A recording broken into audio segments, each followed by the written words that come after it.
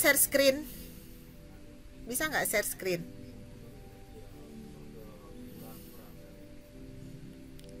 Atau mau di gimana? Mau di share screen? Share screen ya, bisa ya? Ahmad Syifaur Rahman. Halo. Ya, silakan. Saya persilakan untuk mengerjakan soal nomor 2 ya. Mangga, silakan.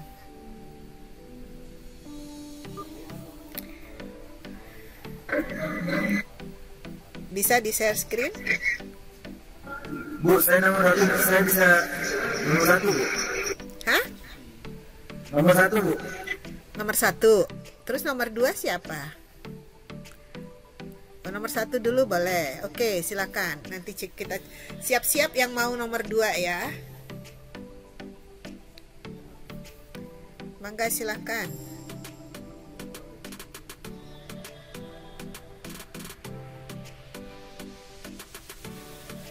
Boleh. Jadi Bu, saya menggunakan HP Dedi, Bu, karena mikrofon saya kurang memadai, Bu. Oke, Jadi, silakan. saya akan meminta Palina ujian negara statistik pada tahun 1990 diikuti sebanyak 2000 peserta dengan rata-rata nilai ujian 8 dan variasi 100. Bila distribusi nilai ujian di antara Mana? Udah di-share belum? maka jumlah Halo? probabilitas A serta yang Halo? memperoleh nilai X kurang sama dengan 70. Muhammad Syifaur Rahman, bisa di-share nggak apa yang sudah dikerjakan? Belum ada tuh ininya, belum muncul.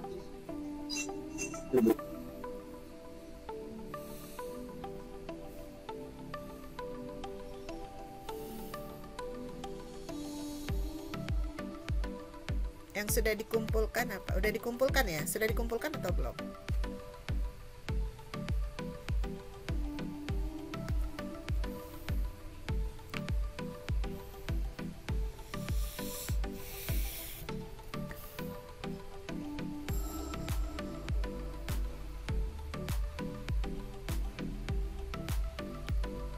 Bisa di share screen maksud saya. Begini Bu, saya bisa begini. Ya, dipresentasikan.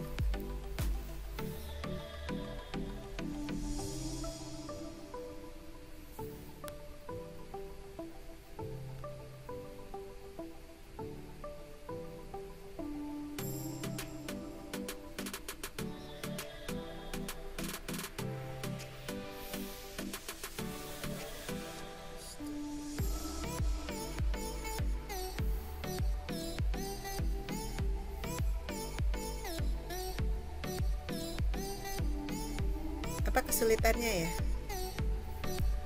Nggak bisa? Sudah di... Ini Bu, sedang siapkan Bu. Oh, sedang disiapkan.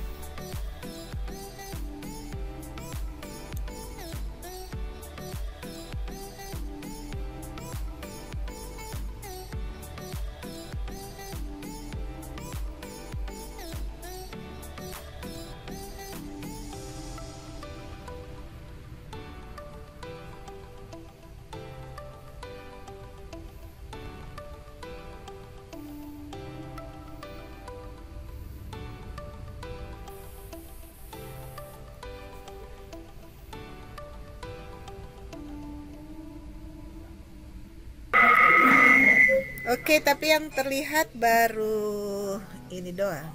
Oke. Ini kemarin saya sudah memberikan ruang untuk mengumpulkan tugas ini belum ya? Belum ya? Oh, belum ya.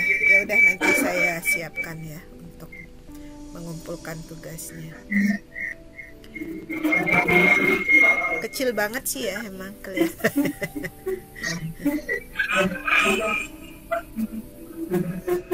Izin Bu. Ya. Oke. Izin menyampaikan. Ujian negara statistik pada tahun 1990 diikuti sebanyak 2.000 peserta dengan rata nilai ujian 58 dan variasi 100. Bila distribusi nilai ujian dianggap berdistribusi normal, maka hitunglah probabilitas peserta yang memperoleh nilai X kurang sama dengan dari 70. Karena data terdistribusi normal, maka dapat menggunakan nilai Z untuk mencari peluangnya. Nilai Z dapat dicari dengan rumus. Nah, kelihatan tuh. Rumusnya yang seperti tertera pada slide tersebut, yang dengan X adalah rata-rata sampel yang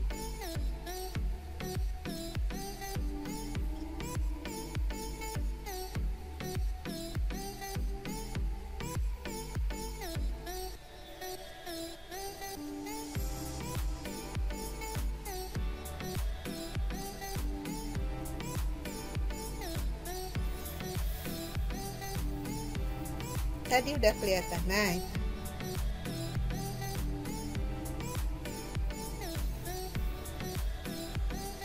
oke.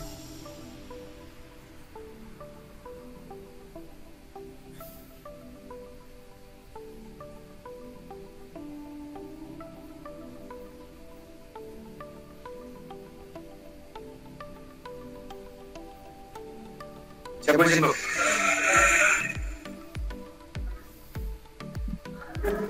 Dengan rumus Z sama dengan X dikurang mio per tau. Dengan X adalah rata-rata sampel, mio adalah rata-rata populasi dari tau, adalah simpangan baku populasi. Dalam kasus ini dapat disebutkan mio 58 dan tau-nya akar 100. Akar 100 adalah 10. Sehingga saat X dengan 10 didapatkan rumus dimasukin, X-nya dimasukin, mio dan tau dimasukin. Z itu kan yang cari, Bu. Jadi X-nya 70 dikurang 58 itu mio-nya dibagi 10 sama tau. Jadi Z-nya tuh variabelnya, Bu, yang kita cari tadi, peserta yang memperoleh nilai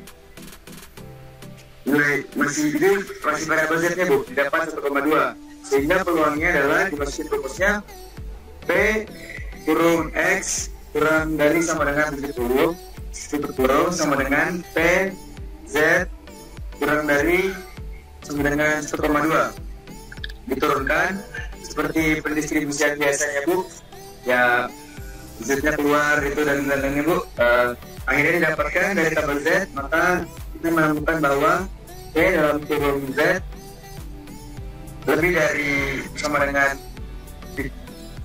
Z kurang dari sama dengan 1,2 sama dengan 0,849. Maka P X lebih besar dari sama dengan 70, sama dengan 1 kurang 0,849 tadi hasil dari data tadi, kurang hasil turunannya itu, Bu. Nah, ditemukan hasilnya adalah P X lebih besar dari 70 sama dengan 0,1151. Mohon maaf jika ada kesalahan kata dan kata-kata yang sulit dimengerti, Bu, karena saya juga masih mendalami, Bu, materi ini, Bu. Jadi jika ada kesalahan mohon dimaafkan, Bu. Sekian dari saya, Bu. Itu yang jawabannya. Kan pertanyaan ada berapa itu? Sebentar, kita cek dulu tabelnya ya. Kita cek dulu tabel. Sebentar. Kita cek dulu tabel distribusi normal. Ya, jadi itu kan tadi pakai 1 kurang ya. 1 lebih kecilnya itu sebentar. 1,2 itu sekitar 0,3849. Jadi kalau 0,5 dikurang 3849 berapa tuh? 11 itu tadi ya, 51 ya. 1151. Oke, jadi 1151 ya. Kalau saya kan menggunakan tabel yang dia nilai di tabel itu adalah 0,5 ya. Jadi arsirannya itu setengahnya. Ya, jadi 1151 ya. Halo. Oke. Berikutnya itu yang A. Berarti peluangnya kalau dikalikan 100% itu sekitar 11 ya. 11,51 ya. Itu tadi yang ini ya, yang pertanyaan untuk pertanyaannya kan ada beberapa ya. Enggak. Ya, kemudian yang B. Berapa nilai ujian? Bila nilai ujian untuk lulus sama dengan 53,5, maka berapa persen yang tidak lulus? Itu belum dijawab. Yang B-nya bagaimana? Saifur, Muhammad, siapa tadi? Halo? Yang pertanyaan nomor B udah dijawab atau belum? Oke, tadi sudah ya. Yang nomor 1 berarti jawabannya 0,1151 ya. Jadi mungkin rekan-rekan lainnya bisa menjelaskan lebih banyak daripada saya, Bu. Oh, kenapa kalau Saifur sekalian aja?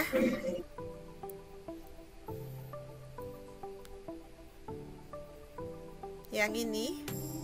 Oke, saya buka. Saya baru ngerjain itu, Bu. Oh, belum ngerjain yang lain. Kalau yang lain sudah mengerjakan atau belum? Izin coba menjawab. Oke, silakan Raden. Kalau gitu saya ini. Silakan.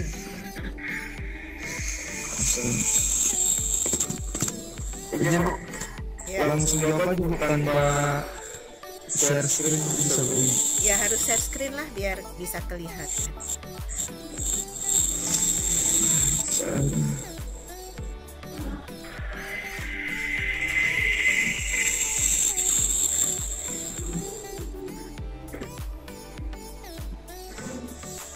Mangga.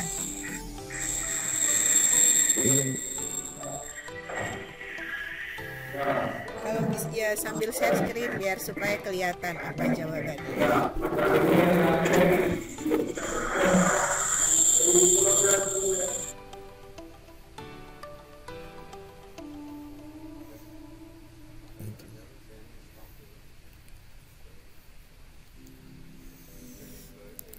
Oke, mana jawabannya?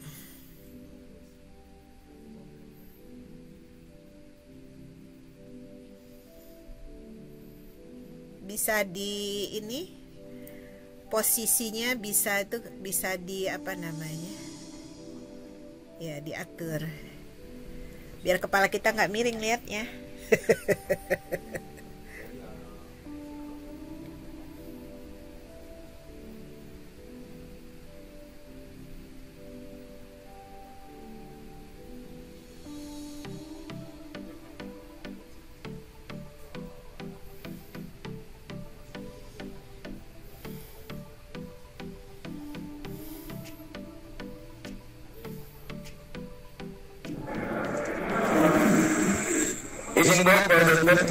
Ya, oke.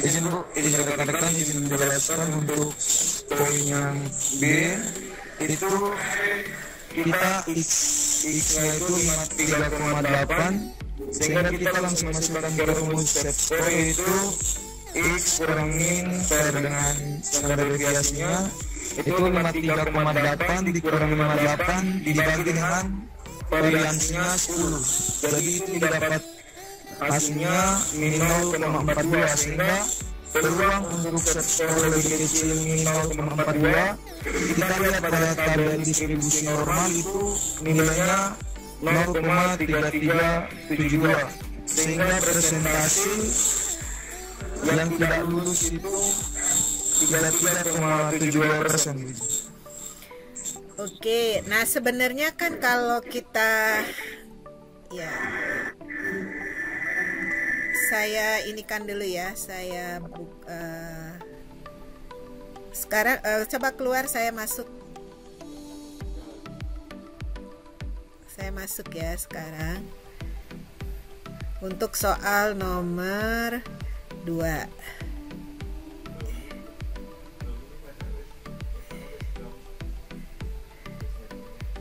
Soal nomor 2 ya.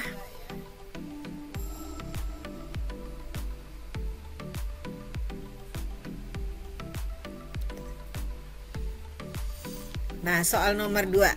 Oke, kita bahas saja deh. Soal nomor 2 ini kan untuk mencari Z-nya, tadi kan sama dengan yang pertama ya. Jadi Z itu sama dengan X dikurang dengan mu-nya dibagi dengan standar deviasi. Standar deviasi itu akar 100 ya. Jadi 10. Nah, ini 53,8 nomor 53,8 dibagi dikurang berapa tadi? 58 ya, karena rata-ratanya 58. Rata-rata populasinya dibagi dengan 10. Ini hasilnya berapa tadi? Hasilnya berapa?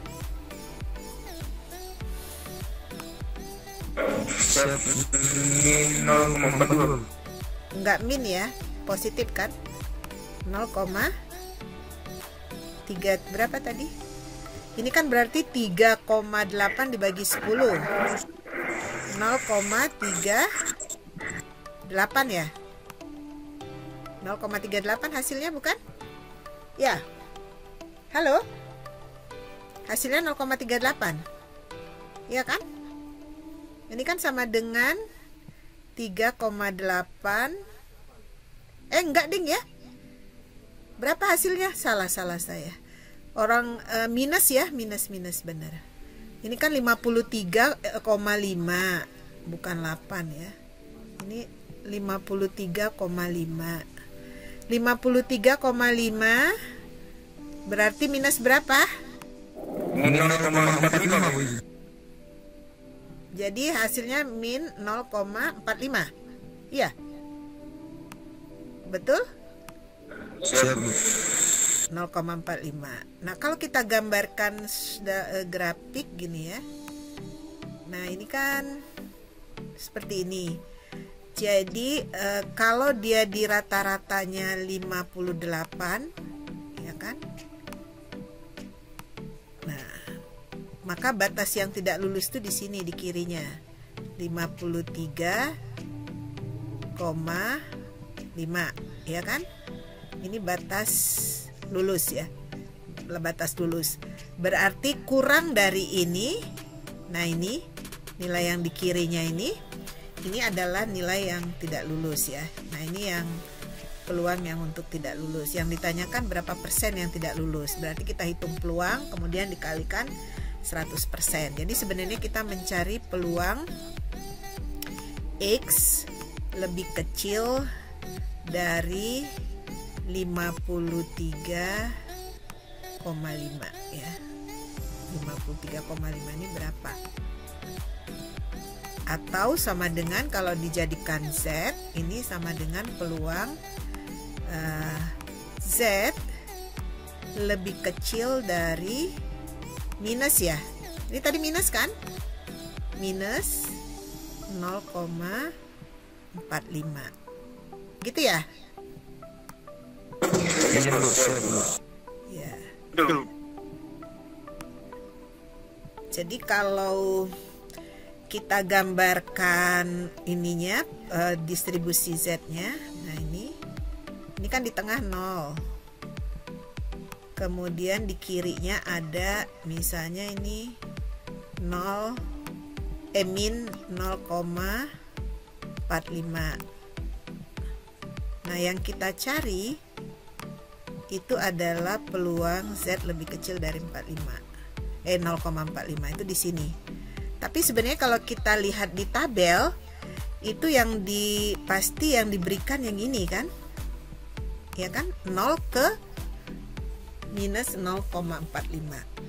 Berarti nanti kalau kita mau cari yang lebih kecil, nah itu berarti kalau kita mencari ini yang lebih kecil ini akan sama dengan ya, sama dengan 0,5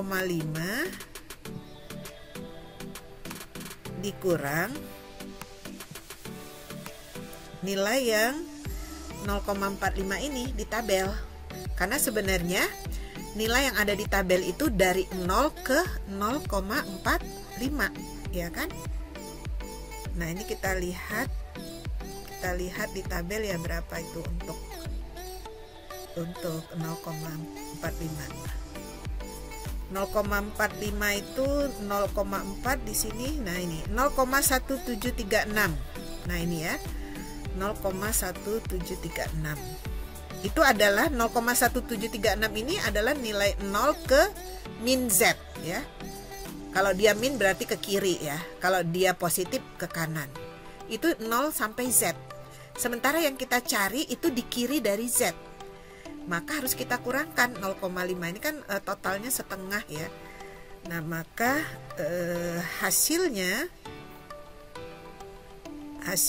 tadi 0, berapa nih tadi?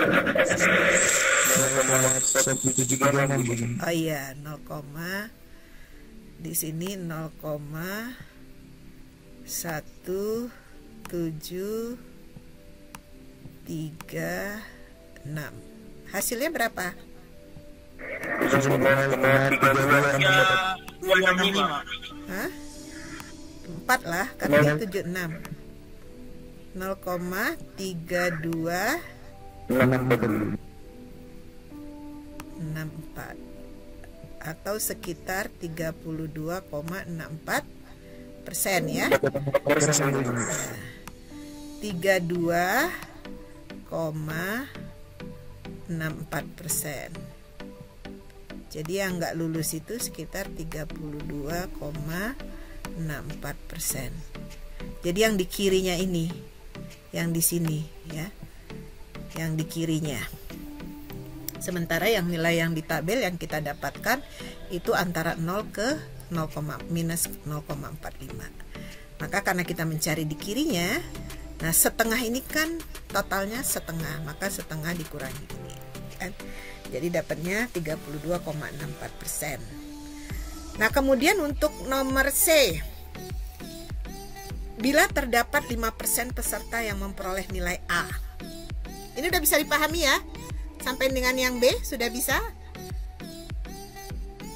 Halo? Sudah bisa ya? Bisa? Ya, sudah. Berarti kita hapus ya. Kita hapus yang ini biar supaya bisa menggambarkan lagi yang bisa menjawab soal nomor 3. Berapa jawabannya? Kalau boleh saya tahu yang udah mengerjakan berapa jawaban untuk nomor 3? Sambil nanti ini kita kerjakan. 74,74 ya. Oke, kita cari bareng-bareng. Nah, bila 5% peserta yang memperoleh nilai A, maka berapa nilai? Nah, 5% tertinggi, ya kan?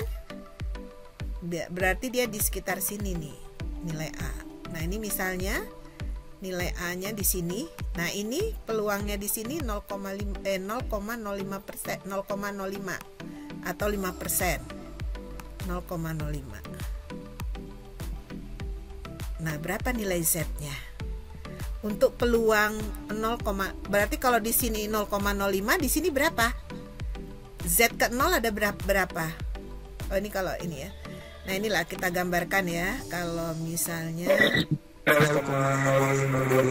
ya, ini misalnya 0. Kemudian nilai A itu 5%. 5% tertinggi. Ini 5% atau 0,05 ya kan? Atau 0,05. Maka kita cari berapa nilai Z. Berapa nilai Z untuk peluang. Nah, ini kalau di sini 0,05 berarti antara 0 ke Z berapa? 0,45 5 kan? Ya, karena totalnya kan harus totalnya kan setengah, ya kan? Berarti dia 45%. Nah, berarti nilai yang ada di tabel itu adalah 0,045. Kita cari untuk nilai di tabel 0,045 itu berapa nilai Z-nya. Nah, ini kan kita mau cari batasnya kan, batas untuk mendapatkan nilai A. Nanti setelah kita dapat Z, baru kita hitung dari rumus yang Z sama dengan X ya, X dikurang mu. Kita akan mencari nilai Z dulu, baru nanti ketemu nilai X ya. Ini. Nah, kita cari dulu nilai Z-nya dari tabel. Kita mu-nya sudah tahu, T-nya sudah tahu, tinggal nanti kita dapat nilai X. Berapa nilai X-nya gitu kan? Nah, kemudian kita cek di tabel. Ini boleh kita interpolasi ya kalau memang tidak tepat ada yang 0,045. Dikira-kira itu. Nah, ini kita lihat 0,45 itu di mana? Kita gedein sedikit ya. Ini saya ya. Nah, ini ya. Digedein dikit. Oke. Nah, 0,45 itu di sini ya, di sini. Nah, ini ada 46, 474, 84, 495. Nah, dia berada di antara ini. Ya kan? 0,5 itu berada di antara 1,64 dan 1,65. Di tengah-tengahnya. Ini kan 0,4495 dan 0,4505. Berarti kan di tengah-tengahnya itu adalah 0, berarti antara 164 dan 165. Berarti dia 1645, ya kan? Ya, untuk Z-nya berarti kan kita interpolasi aja, berarti dia ada di tengah-tengah. Nah, berarti nilai Z-nya ini adalah 1,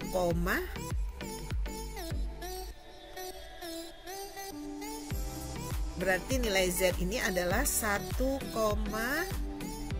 di antara 64 dan 65 ya. Jadi kalau kita bagi 2 berarti 1,645. Nah, kita tinggal masukkan ke rumus. Rumusnya berarti kan ini 1,645, ya kan? Siap, Bu. Dikali 10 ya, dikali 10 dikalikan ini kan Siap, Bu. Ditambah 58 ya, ditambah 58 sama dengan X, ya kan, karena kita mencari nilai X. Ini kita pindah ke kiri. Nah, ini sama dengan X. Berarti ini 16 dikali 10 kan? Ini 10 tadi ya. 1645 ditambah 58. Berapa itu? Berarti hasilnya di sini ya. 16. Iya, 45 ditambah 58 ya kan? Jadi X nya itu sama dengan itu. Nah, tinggal dijumlahkan aja. 45, oh iya, 74,45 ya.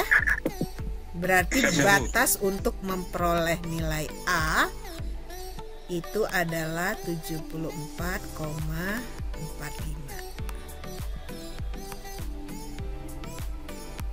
Ya, jadi rata-rata ini ya 5%. Berarti tadi di sini nilai X ya, ini nilai X di sini. Nilai X yang di sini. Nah, ini nilai X yang di sini itu adalah 74,45.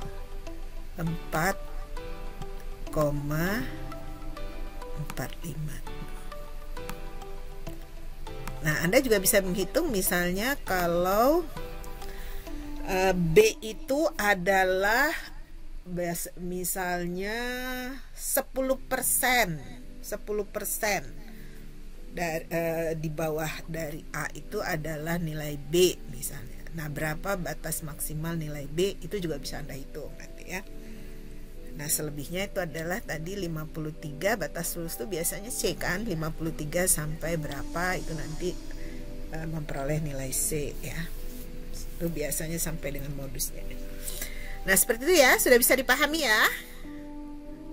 Jadi hanya dibolak-balik aja. Jadi dibolak-balik aja.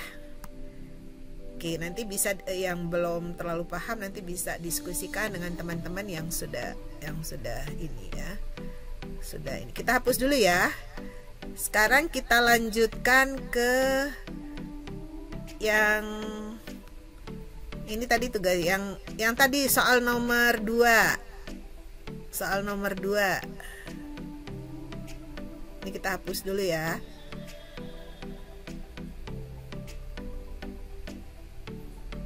Hapus dulu.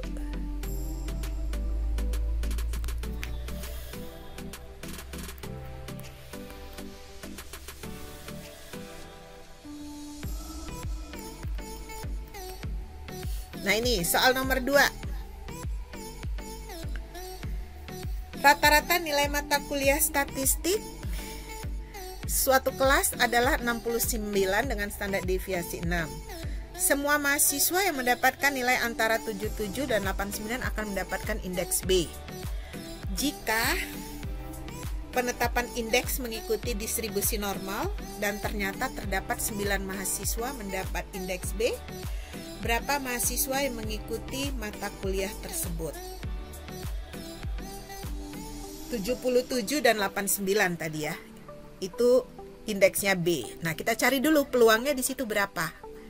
Kan total peluang totalnya 1 ya, atau 100%. Nah, kita lihat dulu yang 9 orang ini berapa persen. Jadi berapa peluangnya.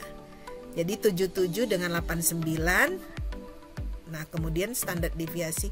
Coba kita menghitung dengan ada juga aplikasi ya. Aplikasi udah saya share juga di ini ya. Di tugas di ini pakai aplikasi untuk menghitung. Jadi kita nggak pakai, jadi pakai kalkulator distribusi Z. Di materi ini ya ada saya share ini kalkulator ini ya. Nah, kalkulator distribusi normal. Kok kalkulator net ya? Salah ya. Harusnya cari yang distribusi Z. Coba ya, distribusi Z score ya, Z score kalkulator. Nah, ini tadi berapa ininya yang mau kita cari, nilai Z yang pertama berapa? Nilai Z yang pertama ya, jadi ini Z kalkulator ya, Z score kalkulator. Tadi kan yang mau kita cari 77 ya. Rata-ratanya berapa tadi? Rata-ratanya berapa? 69 dan 6 ya. Ya, jadi ini rata-ratanya 69. Kemudian ininya 6. Kemudian kita calculate. Nah, ini ketemu 1,33 ya. Kemudian berikutnya, nah kita ketemu ya 1,33. Kemudian berikutnya kita cari yang 89 ya. 89. Calculate. Hasilnya 3,33. Nah, sekarang kita cari di bagian bawah ini ada ya, probability between two Z score. Nah, kalau Z satunya tadi 1,33, kemudian Z2-nya 3,33. Nah, berapa peluangnya ya?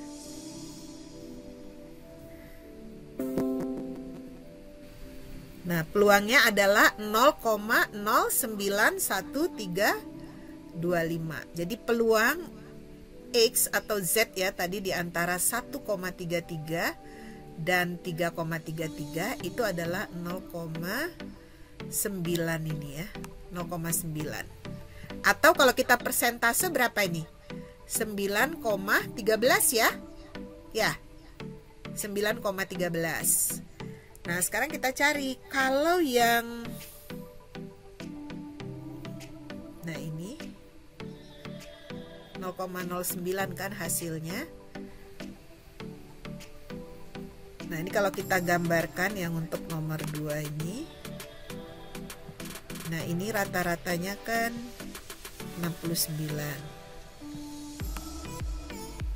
Nah, yang memperoleh nilai 77, nah di sini 77 dan 89 itu adalah dapat nilai B ya, 89. Ini dapat nilai B. Dan jumlahnya ini 9 orang.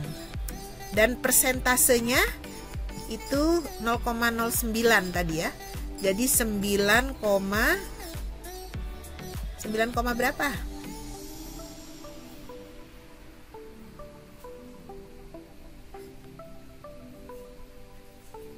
Lupa lagi saya. 9,3. Di mana tadi ya? Nyarinya. Oh, ini ya. Ya, 9,13. Oke, 9,13 saya. Itu. Lupa. 9,13. Kalau 9,13% itu adalah 9, berapa jumlah 100%-nya? Gitu kan logikanya? Ya kan? Kalau yang 9% ini, 9,3% ini 9 orang, nah 100%-nya itu berapa? Kan yang ditanya berapa mahasiswa yang mengikuti mata kuliah. Nah, berarti tinggal 100 dibagi 9,13 ya, dikali 9, ya kan? Ya, dibagi ini dikali 9. Berapa itu hasilnya? 900-an orang ya. Berapa hasilnya? 900 dibagi 9,13.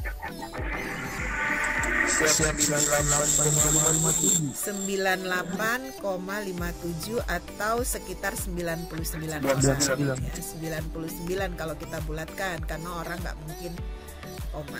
Ya, jadi pesertanya itu adalah 99 orang ya. Jadi pesertanya 99 orang. Sampai di sini sudah bisa dipahami ya. Jadi lebih pakai logika juga ya, selain rumus bisa pakai logika. Tapi nanti kalau ujian tetap dituliskan ya langkah-langkahnya. Nah, kalkulator Z-score itu untuk cross check aja. Oke? Kalkulator Z-score yang saya ini kan tadi, kalkulator Z-score. Jadi untuk kita biar supaya nggak salah membaca tabel, tetap dilihat tabelnya, kemudian cross check dengan kalkulator Z-score ya. Oke? Ya, jadi kadang kan kalau terburu-buru tuh, nah kalau ingin lebih ini lagi digambarkan kira-kira bagian mana yang dicari biar kita tidak salah dalam menghitung ininya Z-score-nya ya. Apakah dia yang lebih besar, lebih kecil, atau harus dikurang gitu kan? Atau dikurang setengah, atau setengah mengurangi itu. Nah, itu tuh. Nah, itu kalkulator Z-score itu bisa menjadi cross check ya. Bisa menjadi cross checknya. Oke, berarti sudah ya untuk materi tentang distribusi normal. Nah, nanti mungkin kan kita ujian itu sekitar 2 minggu lagi ya. 2 minggu lagi tuh saya sudah diminta soalnya. Tanggal 7 ya, kalau nggak salah 7 Maret sampai tanggal berapa gitu. 7 Maret sampai tanggal 12 gitu. Nah, itu UTS. Nah, berarti kita masih ada 1 kali pertemuan ya ke depan ya, masih ya. Masih ada waktu kan, 1 pertemuan lagi. Nah, materi ini masuk di dalam UTS ya, distribusi normal. Tapi soal itu paling dibolak-balik. Yang penting kita paham logikanya ya. Rumus tuh nggak perlu dihafalkan karena boleh membuka rumus dan lain-lain. Yang nggak boleh itu bekerja sama ketika ujian. Kalau di dalam tugas boleh bekerja sama, tapi ketika ujian tidak diperkenankan untuk bekerja sama ya.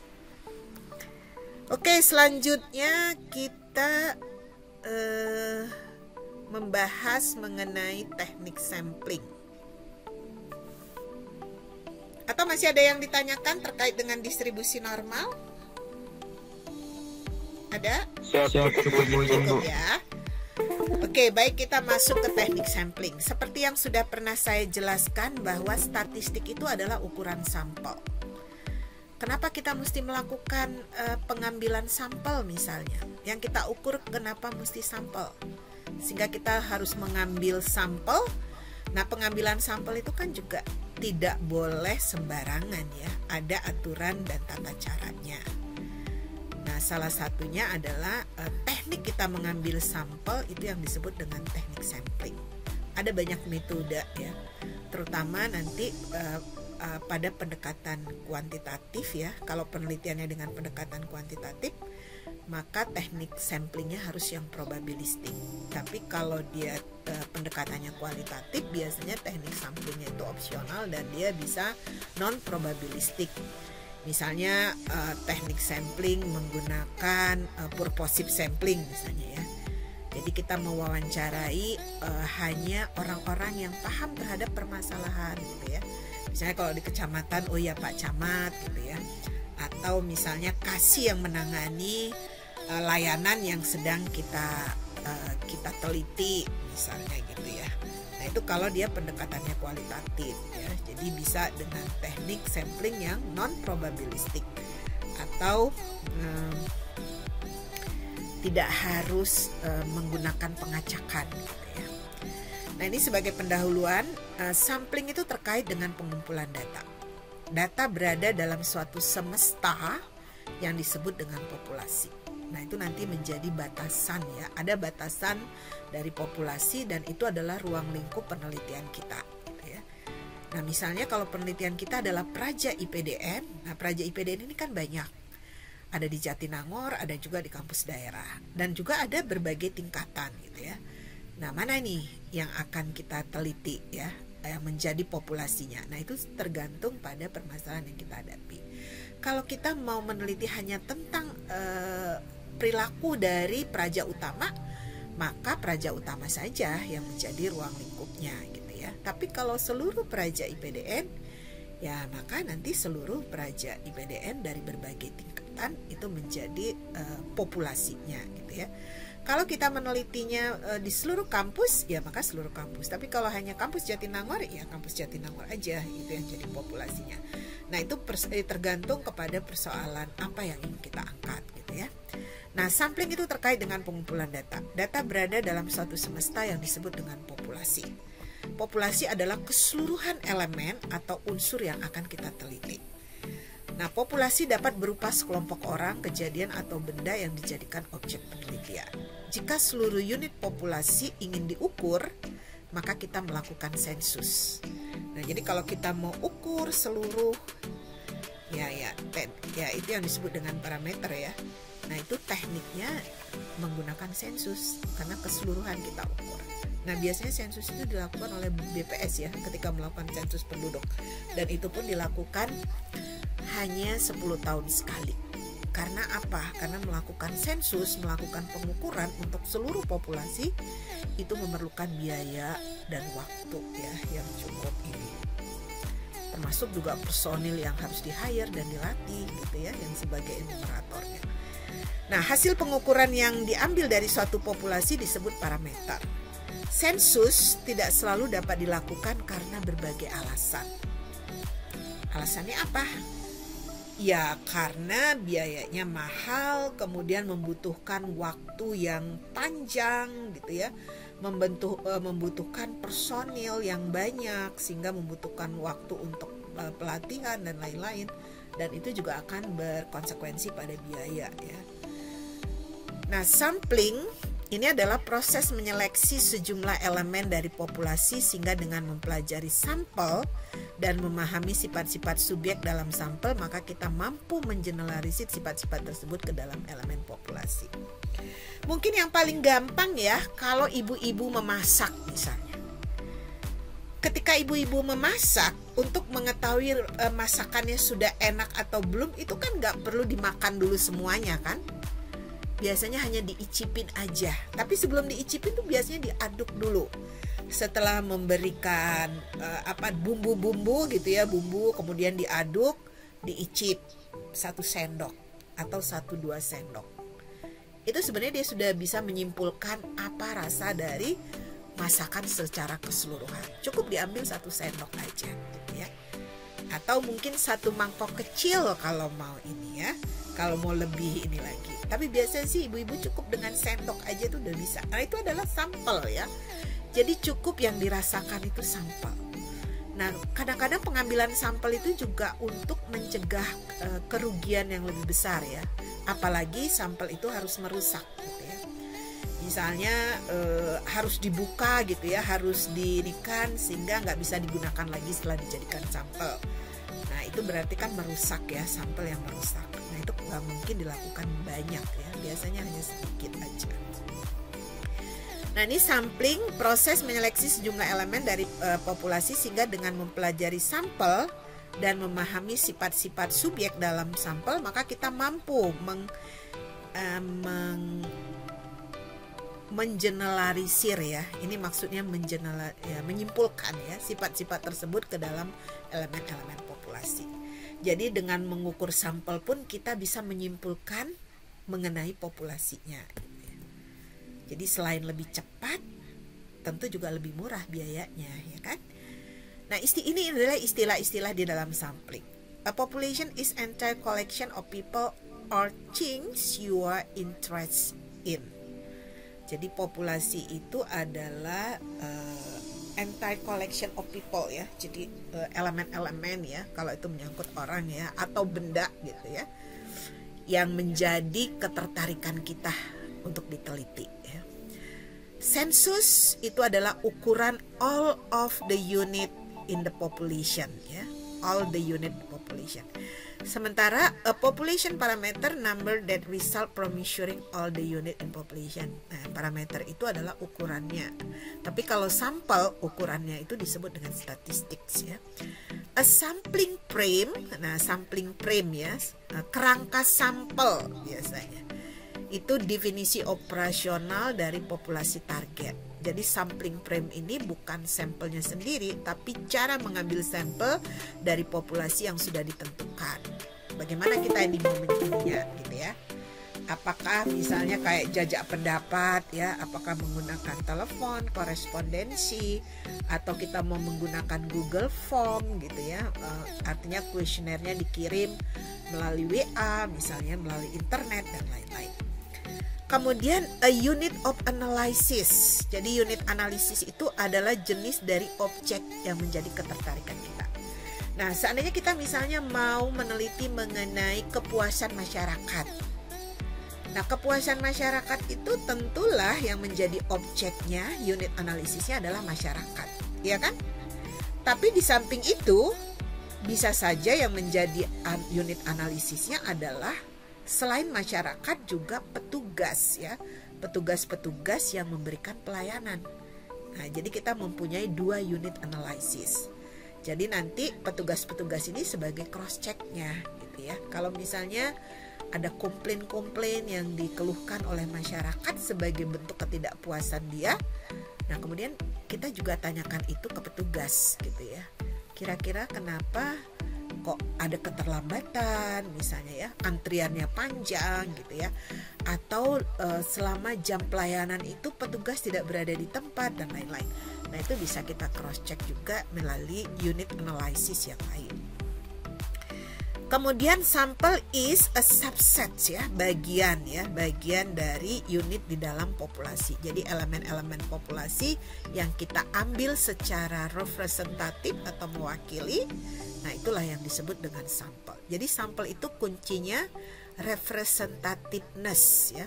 Jadi keterwakilan ya, keterwakilan dari populasi. Nah, maka itulah ada fungsi pengacakan. Jadi pengacakan atau randomize itu sebenarnya adalah bahwa setiap elemen di dalam populasi itu mendapat kesempatan yang sama untuk terpilih sebagai sampel ya. Jadi kita nggak boleh pilih-pilih, harus random, harus diacak gitu ya. Nah, pengacakannya apakah nanti simple random sampling atau stratified random sampling atau cluster atau systematic. Nah, itu tergantung kepada persoalan yang sedang kita teliti ya. Nah, statistik is a number that result. Jadi itu angka yang dihasilkan dari pengukuran ya, all the unit in the sample. Jadi dari sampel-sampel yang kita ukur, yang sudah kita ambil menggunakan metode atau teknik sampling tertentu, setelah kita ukur itu disebut statistik. Tapi kalau sensus tadi parameter ya. Nah, statistik derived from sample are used to estimate population parameter. Jadi ukuran-ukuran statistik ini sebenarnya untuk mengestimasi parameter dari populasi ya. Jadi untuk mengeneralisir atau menyimpulkan. Sampling itu proses mengambil sampel. Jadi kalau teknik sampling adalah teknik yang digunakan di dalam proses pengambilan sampel. Sampai di sini ada pertanyaan? Nah, ini kerangkanya ya. Misalnya ini ada populasi, kemudian menggunakan teknik sampling tertentu kita mengambil sampel. Nah, kemudian sampel ini diukur. Nah, hasil pengukuran inilah yang menjadi hasil temuan. Hasil temuan atau finding of research ini yang kemudian mengeneralisir populasi. Jadi kesimpulannya bukan kesimpulan sampel, tapi kesimpulan dari populasi. Ya. Nah, alasan sampling tadi ya, kenapa kita mesti mengambil sampel? Kadang-kadang keputusan itu dibutuhkan dalam waktu cepat gitu ya. Jadi nggak mungkin lagi kita mengukur keseluruhan. Kita ambil sampel aja, karena sampel ini nanti menjadi dasar untuk pengambilan keputusan ya, atau kebijakan. Jadi tidak mungkin untuk mengumpulkan seluruh data, menghemat waktu, biaya dan juga sumber daya lain, terutama tenaga dan bahan baku lainnya ya, termasuk mungkin bahan-bahan habis pakai ya. Kalau misalnya kita menggunakan enumerator, kemudian menggunakan juga catatan dan sebagainya, nah itu kan butuh kertas segala macam ya. Nah, kadang lebih dipercaya. Kadang-kadang hasil sampel itu jauh lebih dipercaya loh, sebab peneliti tidak lelah. Karena kalau misalnya penelitinya sudah lelah, biasanya melakukan pengukurannya pun menjadi tidak konsisten kalau jumlahnya terlalu banyak ya. Itu juga menjadi alasan.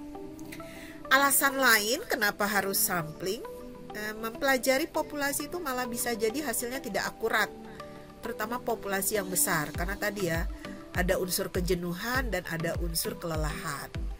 Kemudian manajemen proyeknya juga lebih gampang, jadi mengelola sumber daya ya, sumber daya uang, sumber daya personil, sumber daya sarana prasarana yang lain itu ya. Bila ada waktu tambahan untuk memperbaiki interview, kuesioner desain ya. Jadi kalaupun ada waktu lebih, kita mungkin lebih melakukan feedback ya terhadap apa.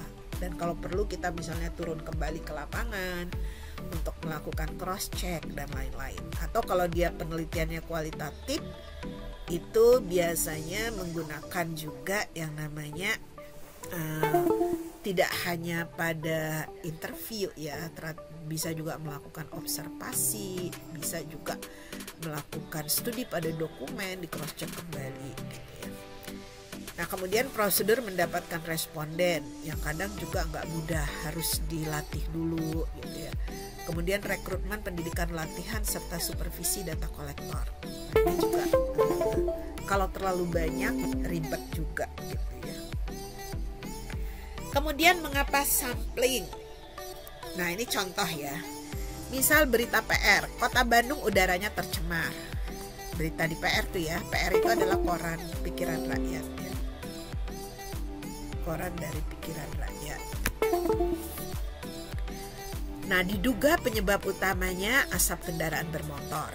Pemkot ingin mengecek apakah ranmor atau kendaraan bermotor yang ada di Bandung dapat lolos uji emisi gas buang.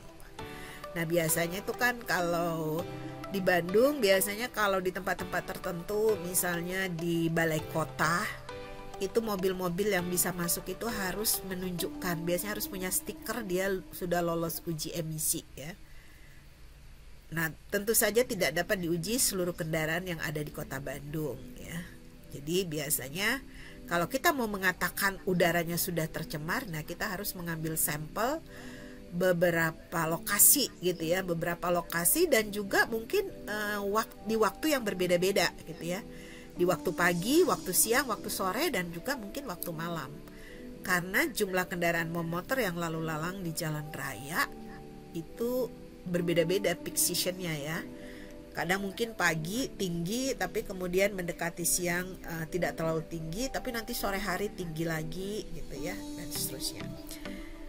Nah, tidak semua unit dalam populasi dapat diidentifikasi. Misalnya, contohnya ingin mengukur tingkat polusi udara kota Bandung. Nah, ini harus diambil sampel gitu ya. Bahkan bila populasi dapat diukur, maka muncul hambatan berikutnya, terlalu mahal misalnya ya. Terlalu banyak menyita waktu untuk mengukurnya. Nah, kalau terlalu lama, bisa jadi data hasil pengukuran pertama dengan data pengukuran terakhir itu sudah terlalu jauh jaraknya ya. Dan data sudah obsolete. Obsolete itu usang ya. Jadi data yang awal itu sudah tidak bisa digunakan lagi karena situasinya sudah berubah gitu ya, sudah berbeda. Nah, ini gambaran sampling. When we undertake a survey, nah ketika kita melakukan survei misalnya ya untuk mengumpulkan data, we are effectively sampling from a population. Maka akan lebih efektif gitu ya dengan menggunakan sampling. It is therefore necessary to define, maka itu diperlukan untuk mendefinisikan populasi dan sampling method. Jadi teknik sampling mana yang akan kita gunakan? Metodenya yang mana? Apakah simple random sampling, stratified, atau cluster? Nah, cluster ini biasanya digunakan untuk jangkauan area yang cukup luas ya. Kayak misalnya jajak pendapat, nah itu biasanya menggunakan multi-stage cluster ya. Kalau misalnya populasinya homogen, seragam gitu ya. Nah, kita boleh menggunakan simple random sampling dengan bangkitan bilangan random misalnya ya. Kayak misalnya kita mau meneliti Muda Praja aja. Nah, kalau Muda Praja ini kan kita anggap homogen ya, populasinya homogen karena perlakuannya sama, berada di lingkungan yang sama gitu, tingkatannya sama gitu ya. Kita anggap hampir sama, maka itu bisa menggunakan simple random sampling. Jadi diacak-acak aja gitu ya dengan bangkitan bilangan random, atau yang biasa menggunakan wheel of name itu ya. Nah, itu juga itu simple random sampling itu ya. Nah, ini misalnya population. Nah, kemudian kita ambil sampelnya. Nah, ini diukur. Nah, sampel yang diukur ini menjadi finding of research ya, temuan dari penelitian dan digunakan untuk mengeneralisir populasi atau menyimpulkan. Sampai di sini ada pertanyaan? Halo?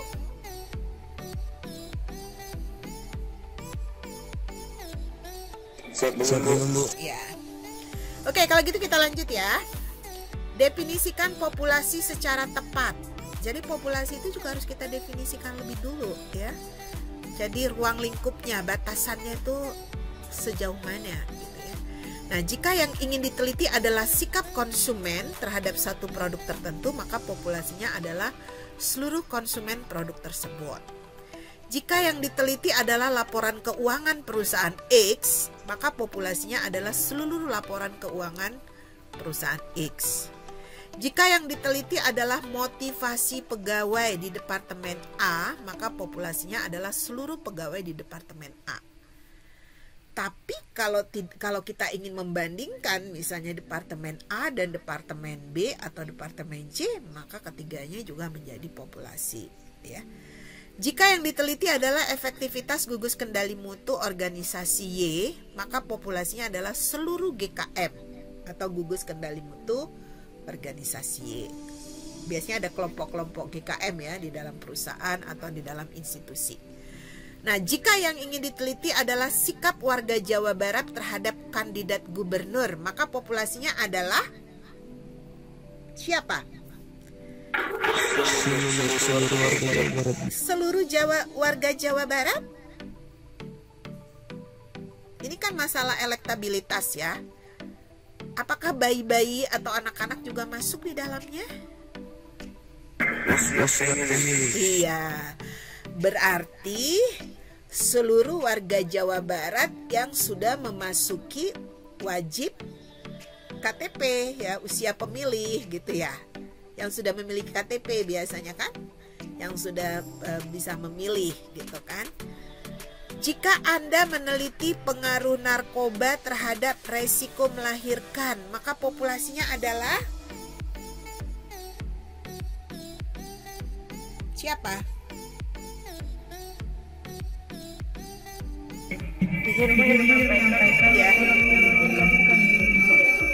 Ya, jadi wanita usia subur, iya kan? Wanita usia subur kan ini terhadap resiko nanti kalau dia misalnya melahirkan. Nah, mereka yang melahirkan adalah wanita-wanita yang masuk usia subur gitu ya. Misalnya usia 15 sampai 50 gitu ya. Tapi kalau yang sudah menopause juga nggak perlu diteliti gitu ya, karena mereka sudah nggak bakal melahirkan lagi gitu ya. Jadi hati-hati di dalam menentukan populasi. Jadi tergantung kepada persoalan apa yang ingin kita teliti dan ingin cari tahu jawabannya ya. Siap, Bu. Nah, kesalahan di dalam menentukan populasi. Nah, ini biasanya misalnya memilih populasi. Nah, ini misalnya kalau misalnya penelitiannya itu mau di mall ya. Misalnya memilih populasi di mall pada hari Sabtu untuk memilih sampel secara acak. Nah, ini misalnya kita mau meneliti kepuasan masyarakat terhadap layanan mall, layanan rumah sakit, atau layanan bandara gitu ya. Nah, kemungkinan over-represent weekdays worker dan under-represent kelompok lain seperti anak-anak pensiunan dan pengangguran ya. Jadi bisa saja tidak mewakili semuanya kalau hanya dilakukan misalnya di hari tertentu ya. Kemudian pemilihan mall-mall elit, nah sampel diberi representatif misalnya ke golongan A, mall kurang elit. Jadi mall-mall itu juga distratifikasi gitu ya. Kemudian nanti gender-gender yang biasanya apakah juga gender atau kelompok usia atau kelompok profesi. Nah, itu juga harus ditentukan. Nah, akibatnya populasi yang direpresentasi hanya bisa misalnya para pengunjung Mall X dari Sabtu. Nah, nilai generalisasinya menjadi rendah. Karena bisa jadi ibu-ibu rumah tangga dia mungkin tidak di hari libur, tapi dia lebih suka di hari biasa. Padahal justru kadang-kadang itu juga jumlah yang cukup banyak ya. Nah, kemudian cara mendefinisikan populasi. Tentukan kriteria yang digunakan untuk menentukan kasus-kasus atau item apa yang masuk populasi dan kasus-kasus item-item mana yang tidak masuk. Seringkali ikut menentukan populasi target, juga lokasi dan waktu ya. Jadi seperti tadi ya, lokasinya di mana aja, kemudian waktu itu tidak boleh hanya pagi hari aja. Mungkin pagi, siang, dan sore itu harus terwakili karena karakteristiknya berbeda gitu ya. Jadi harus mewakili ya semua kelompok, semua golongan berdasarkan lokasi dan waktu. Mengapa memilih target populasi A? Tujuan dan pertimbangan praktis mempengaruhi seperti setiap apa reasoningnya ya, apa alasannya. Contoh misalnya mahasiswa FISIP. Kalau kita mau bilang mahasiswa FISIP ya, Fakultas Ilmu Sosial Ilmu Pemerintahan. Ilmu politik ya, Fakultas Ilmu Sosial dan Ilmu Politik. Nah, apakah jurusan, nah di dalamnya itu kan biasanya macam-macam ya. ada HI kalau di tempat lain ya, misalnya hubungan internasional dan lain-lain. Apakah program S1 saja atau ada program S2 atau D3 atau D4 dan lain-lain. Nah, itu semua harus dipertimbangkan.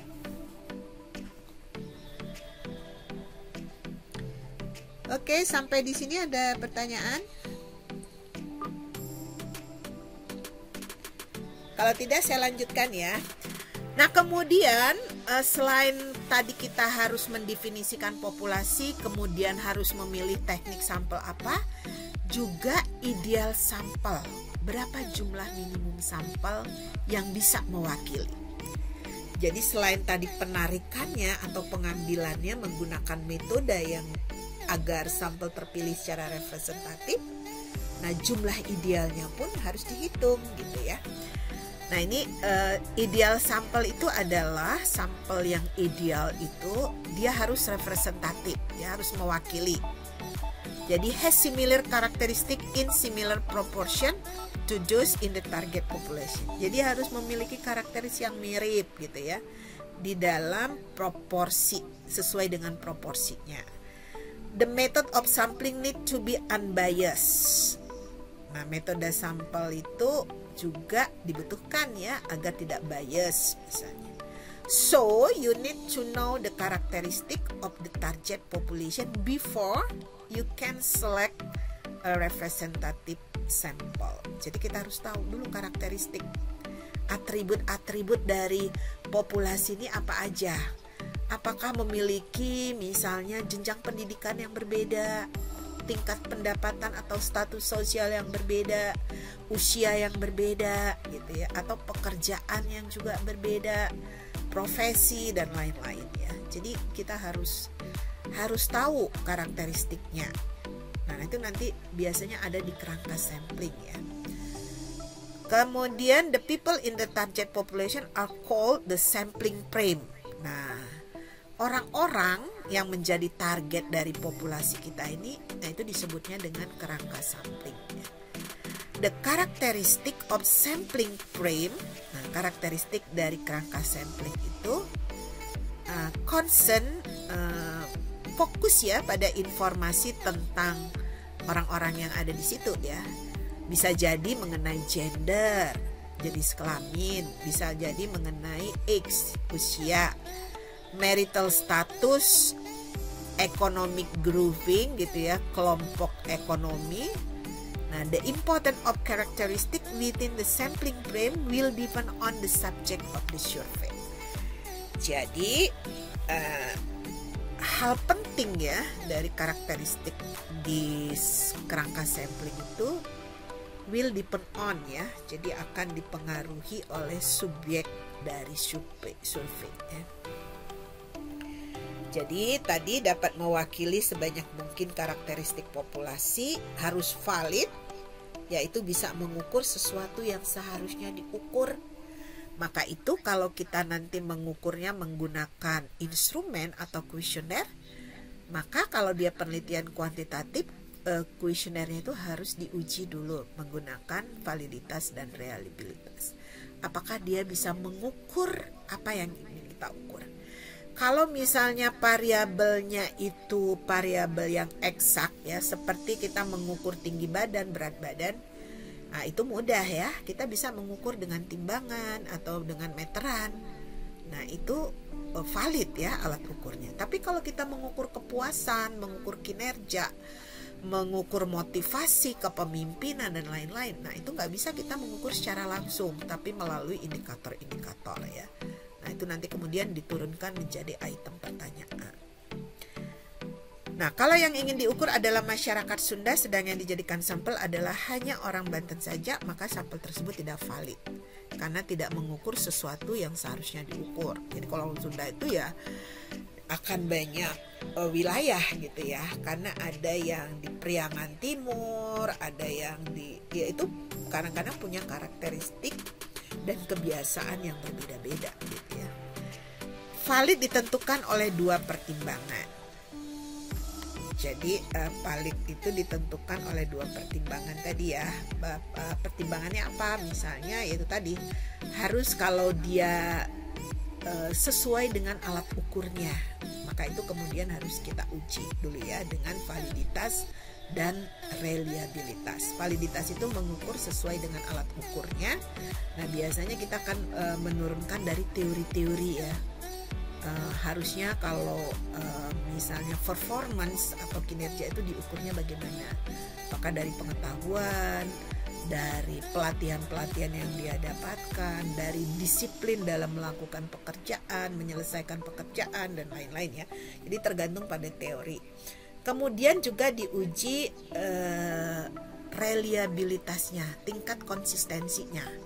Nah, kalau alat ukur ini digunakan lagi di tempat lain, apakah orang akan memiliki persepsi yang sama terhadap pertanyaan-pertanyaan yang kita buat di dalam kuesioner?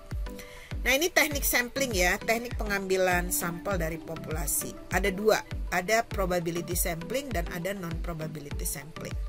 Nah, yang kiri itu digunakan pada penelitian kuantitatif yang kita menguji hipotesis. Kalau penelitiannya hanya mendeskripsikan saja gitu ya, pendekatannya deskriptif, nah itu kita bisa menggunakan non-probability sampling. Jadi biasanya itu di penelitian kualitatif ya. Nah, kalau penelitian kuantitatif, simple random sampling, stratified random sampling, cluster sampling, systematic random sampling. Jadi kalau simple random sampling itu biasanya kalau dia populasinya homogen, nah kita bisa melakukan pengacakan sederhana. Tapi kalau ada stratifikasi ya, misalnya ada perbedaan eselonering, ada perbedaan pendidikan, ada perbedaan misalnya pendapatan, status sosial, nah kita harus stratify. Cluster sampling ini biasanya untuk wilayah ya. Misalnya mau melakukan jajak pendapat tentang, nah itu tadi misalnya persepsi tentang elektabilitas misalnya ya. Nah itu biasanya skalanya nasional gitu ya. Nah nanti di skala nasional itu kan ada provinsi-provinsi yang harus kita acak. Kemudian provinsi yang terpilih itu di dalamnya ada kabupaten-kabupaten yang harus kita acak. Nah kabupaten itu ada kecamatan-kecamatan yang kita acak. Nah kecamatan-kecamatan itu nanti ada desa atau kelurahan. Desa dan kelurahan itu ada rumah tangga. Nah sampai dengan misalnya rumah tangga.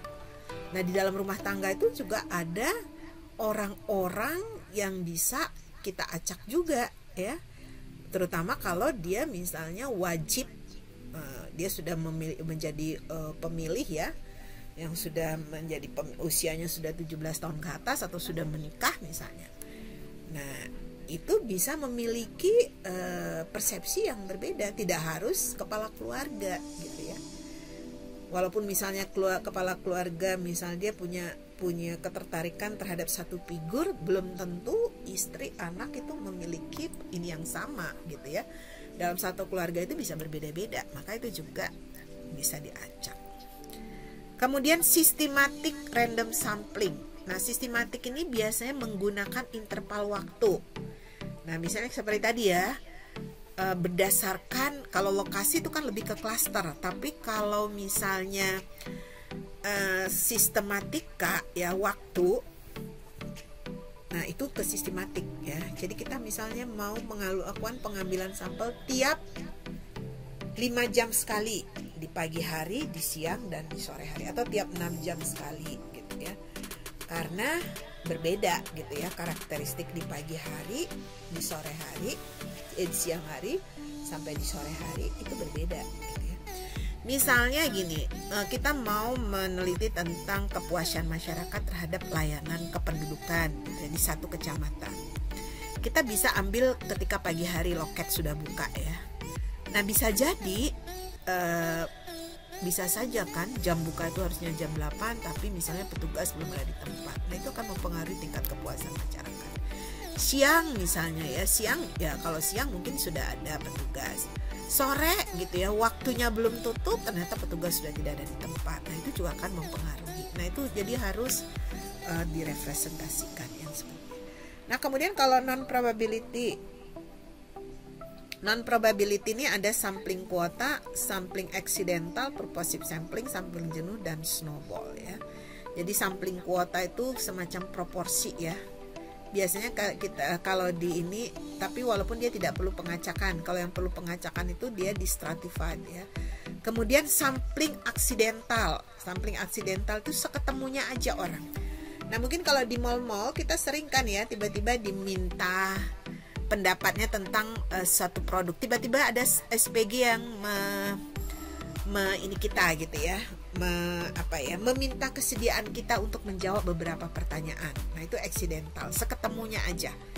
Kemudian purposive sampling. Purposive sampling itu biasanya sampling bertujuan ya. Ada kriteria-kriteria yang kita tetapkan. Nah, yang memenuhi kriteria inilah yang dijadikan sampel. Misalnya kita tadi ya ingin meneliti tentang kepuasan masyarakat, kemudian kita juga mau mewawancarai pejabat-pejabat yang terkait di kecamatan. Nah, maka kita akan tetapkan siapa-siapa aja nih pejabat yang harus memenuhi. Pertama, mungkin yang tahu tentang pelayanan tersebut, misalnya kasih. Kemudian yang mengeluarkan kebijakan terkait dengan pelayanan, misalnya Pak Camat atau Sekcam gitu ya. Kemudian petugas-petugas admin, operator yang betul-betul memang paham tentang terlibat ya, involved di dalam pelayanan tersebut. Nah, itu purposive ya. Kemudian sampling jenuh. Sampling jenuh ini kalau anggota populasinya itu sedikit, maka seluruh populasi dijadikan sampel. Itu sampling jenuh. Atau dia snowball. Nah, ini biasanya untuk penelitian eksploratory. Kalau penelitian itu baru ya, belum pernah diteliti orang.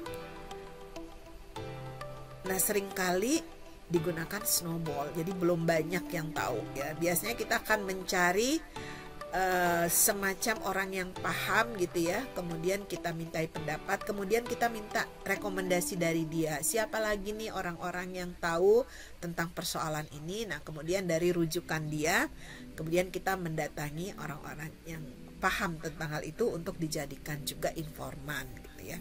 Nah, kalau di non probability sampling, di sampel yang penelitian yang kualitatif, maka orang yang menjadi sampel itu disebutnya informan atau narasumber.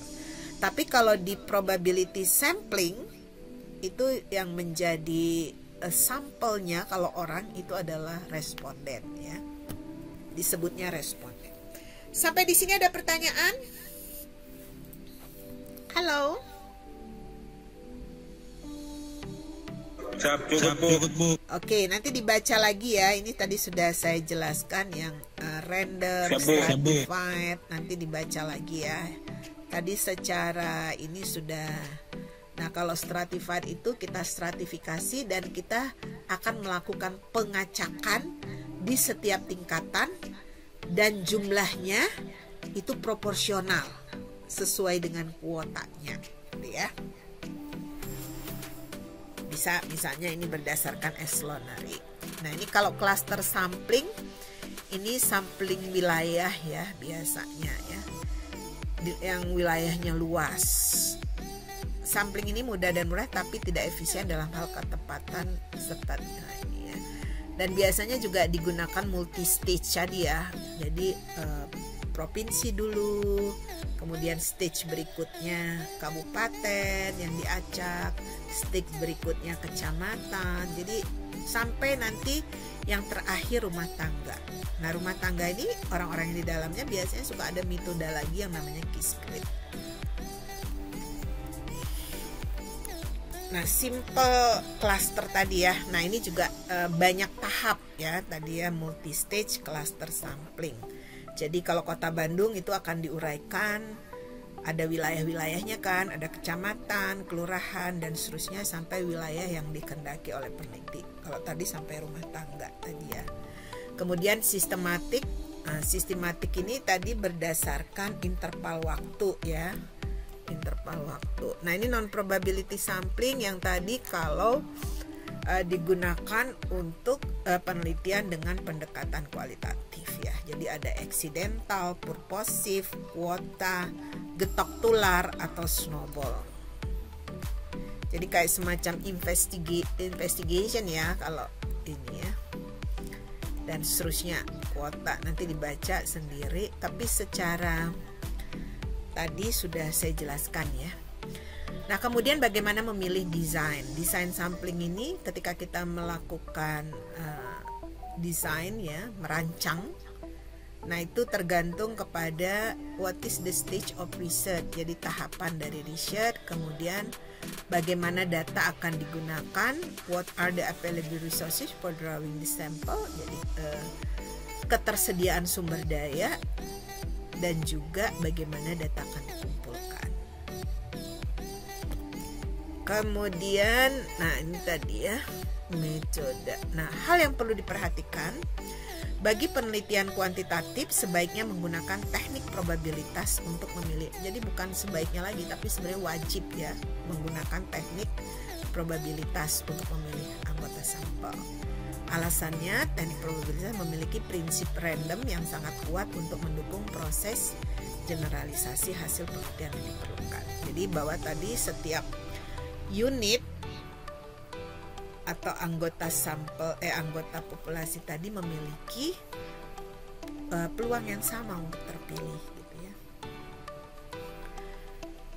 Kalau kualitatif ukuran sampel itu biasanya juga tidak perlu dihitung sampai dengan datanya jenuh aja.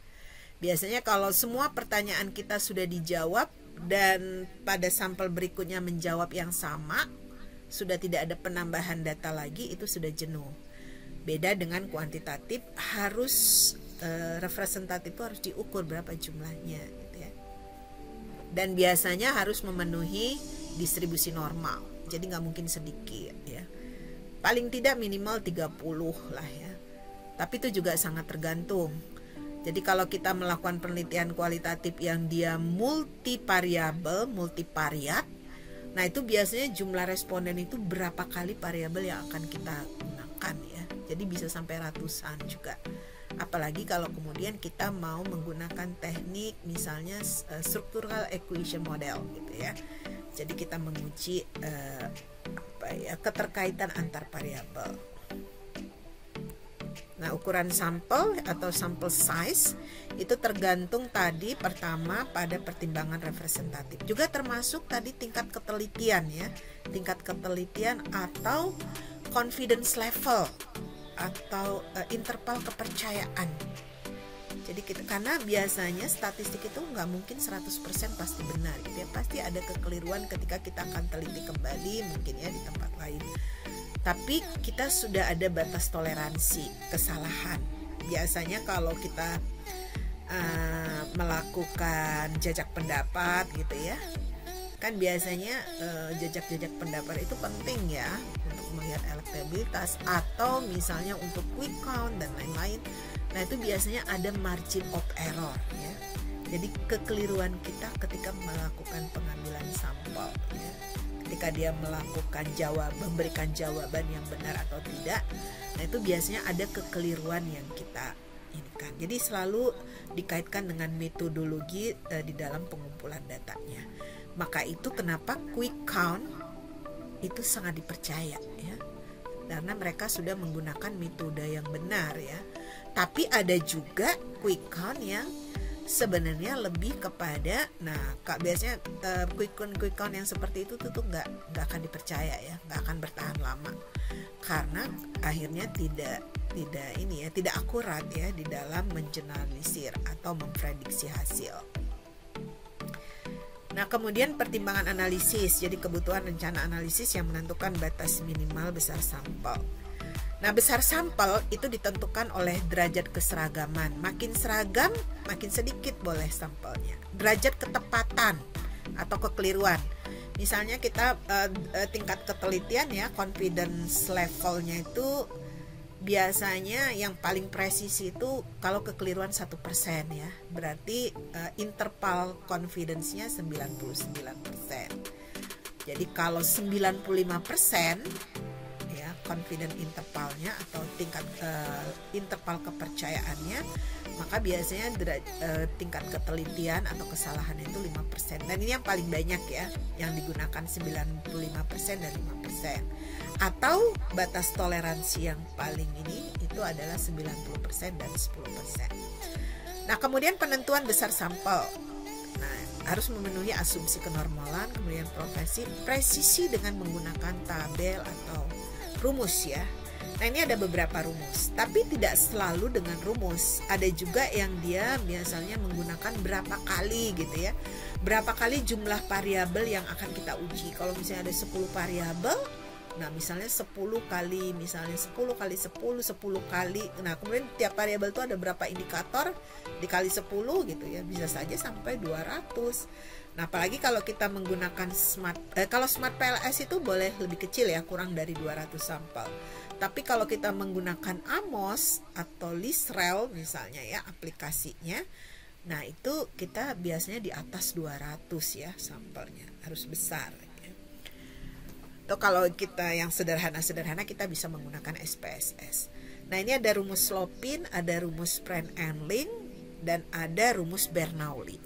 Nah rumus Bernoulli ini digunakan pada populasi yang unfinite ya, tidak terbatas. Misalnya kalau kita meneliti kepuasan pelayanan di rumah sakit. Nah itu kan populasinya datang dan pergi ya. Kita nggak bisa hitung berapa banyak populasinya.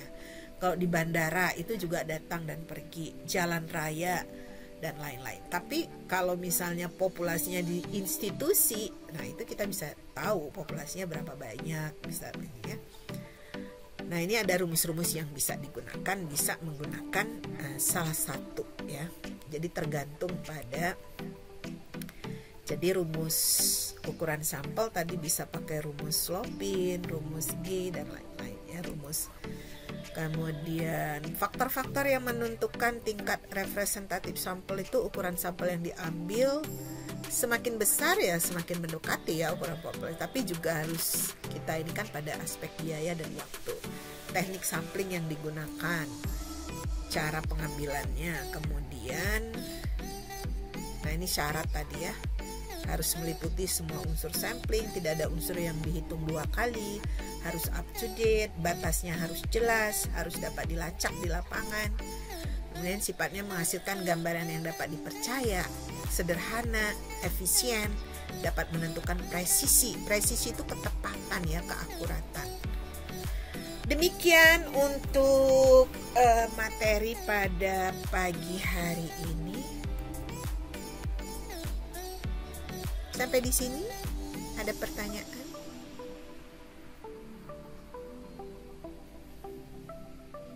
Saya hentikan dulu presentasi. Oke, nanti dipelajari lagi ya. Kita masih ada satu pertemuan lagi sebelum kita UTS ya. Tapi semua materi dari awal dan itu umumnya menghitung ya, menghitung. Misalnya saya berikan soal 2 di antara soalnya misalnya ada 3 atau 4, tapi Anda hanya memilih 2 saja gitu ya. Jadi nanti diperhatikan petunjuk ya. Kalau ketika ujian tuh perhatikan petunjuk, kemudian persiapkan alat hitung, kemudian buku-buku atau catatan gitu. Tapi yang tidak diperkenalkan adalah meminjam. Nanti kalau yang meminjam-minjam itu akan diberi catatan khusus oleh petugas gitu ya, petugas yang mengawasi. Demikian ya pertemuan hari ini. Semoga kita selalu sehat dan tetap semangat. Assalamualaikum warahmatullahi wabarakatuh. Selamat pagi, salam sejahtera buat kita semua. Swastiastu, namo buddhaya, salam kebajikan.